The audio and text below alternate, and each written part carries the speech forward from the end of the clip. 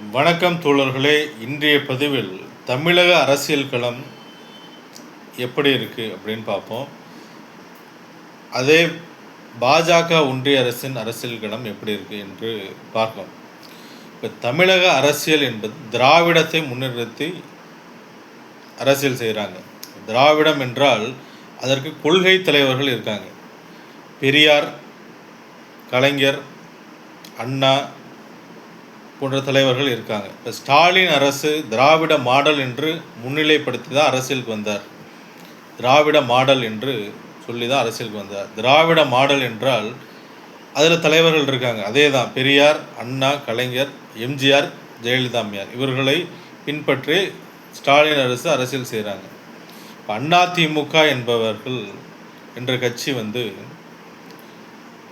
எம்ஜிஆர், அண்ணா மற்றும் ஜெயலலிதா அம்மையாரை பின்பற்றி அரசியல் களம் செய்கிறார்கள். இப்போ தாவேக அரசு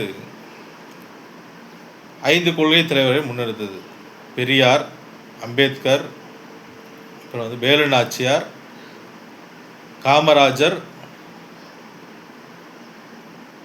போன்ற 5 தலைவர்களை முன்னிறுத்தி அவங்க அரசியல் கொள்கை தலைவர்களை முன்னிறுத்தி அரசியல் செய்கிறாங்க. இந்த பாஜக ஒன்றிய அரசு யாரை கொள்கை தலைவராக வைத்து ஆட்சி செய்கிறது அப்படிங்கிறது கேள்விக்குறியாக இருக்குது. ஏன்னா யாரை பின்பற்றி அரசியலில் ஈடுபடுறாங்க அப்படிங்கிறது மிக முக்கியமான ஒன்று. நாட்டை வழிநடத்துவதற்கு பின்பற்றுதல் என்பது மிக அவசியம். இப்போ மார்க்சிஸ்ட் அப்படின்னா கம்யூனிசம்ங்கிறது மார்க்ஸ் சிந்தனை.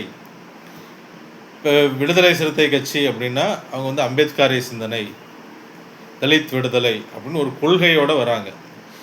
பாஜக அரசு எந்த தலைவரை முன்வைத்து அரசியல் செய்கிறாங்க? இது தேசிய அளவில் கேட்குறேன், கேள்வியாக தான் கேட்குறேன். அவங்க இதுவரை கொள்கை தலைவர்களை முன்னிறுத்தவில்லை. அவங்க ராமன் இப்படி தான், சீதை இப்படி தான் போயிட்டுருக்காங்க. ராமன், சீதை நிகழ்கால தலைமுறைக்கு வழிகாட்டுறது கிடையாது, மென்டர் கிடையாது. என்ன அப்படி இருக்கும்போது நிகழ்கால தலைமுறைக்கு, சமகால தலைமுறைக்கு வழிகாட்டக்கூடிய ஒரு கொள்கை தலைவர்களை முன்னிறுத்த வேண்டும். இப்போ எனக்கு கலைஞர்கிட்ட ரொம்ப பிடிச்சது, அவர் ஒன்று சொல்லுவார். கோபிநாத் அவர்களுடைய பேட்டையில் ஒன்று சொல்கிறாரு. என்ன சொல்கிறாருன்னா, நேரத்தை முழுமையாக பயன்படுத்து அப்படிங்கிறாரு. அது எனக்கு உதவியாக இருக்குது. நான் நேரத்தை முழுமையாக பயன்படுத்துறது கிடையாதுன்னு இல்லை, சில நேரத்தில் அறகுறையாக பண்ணிட்டு வந்துடுவேன். இப்போ அவருடைய அறிவுரை எனக்கு பயனுள்ளதாக இருக்குது. அப்போ சமகால தலைமுறைக்கு வழிகாட்டக்கூடிய தலைவர்கள் என்பது மிக முக்கியமானது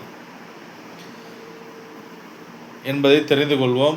வாழ்க வளமுடன், வாழ்க வையகம், வளர்க தாய் தமிழ் திருநாடு.